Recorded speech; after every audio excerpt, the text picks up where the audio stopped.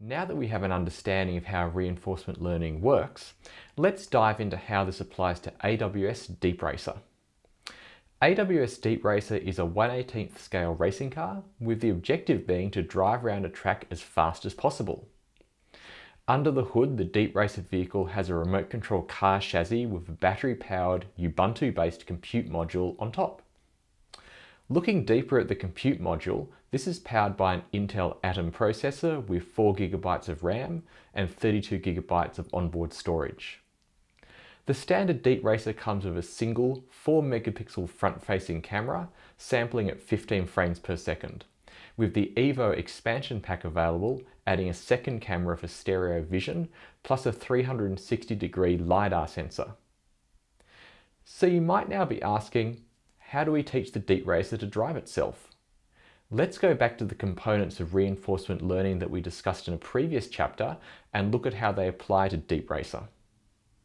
It starts with the agent, which is the piece of software you are training.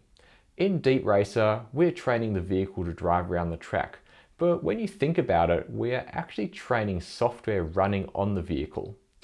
Let's not get bogged down in subtle terminology. For our purposes, the agent is the AWS DeepRacer car.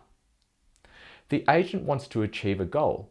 In the case of DeepRacer, that is finishing laps around the track as fast as possible. And we call the track the environment, and the agent is interacting with the environment to achieve its goal. But how does the agent know about the environment? This is called the state, which is the portion of the environment that is known to the agent. In the case of DeepRacer, it is the images being captured by the camera, much like a human knowing the state of the world by using their senses, looking through their eyes, touching things, smelling things, and so forth. So once the agent knows its state in the environment, it can perform actions in the environment to help it achieve its goal. In the case of DeepRacer, this might be accelerating, braking, turning left, turning right, or going straight. The agent then receives feedback in the form of a reward about how well that action contributed to achieving its goal.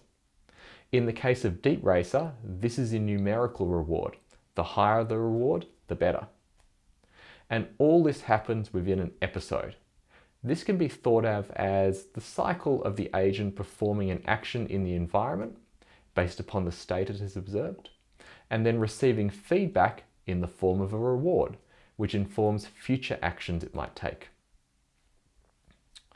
Now that we have an understanding of how reinforcement learning is implemented in AWS DeepRacer, in the next chapter, we will look at training your first DeepRacer model. See you again soon.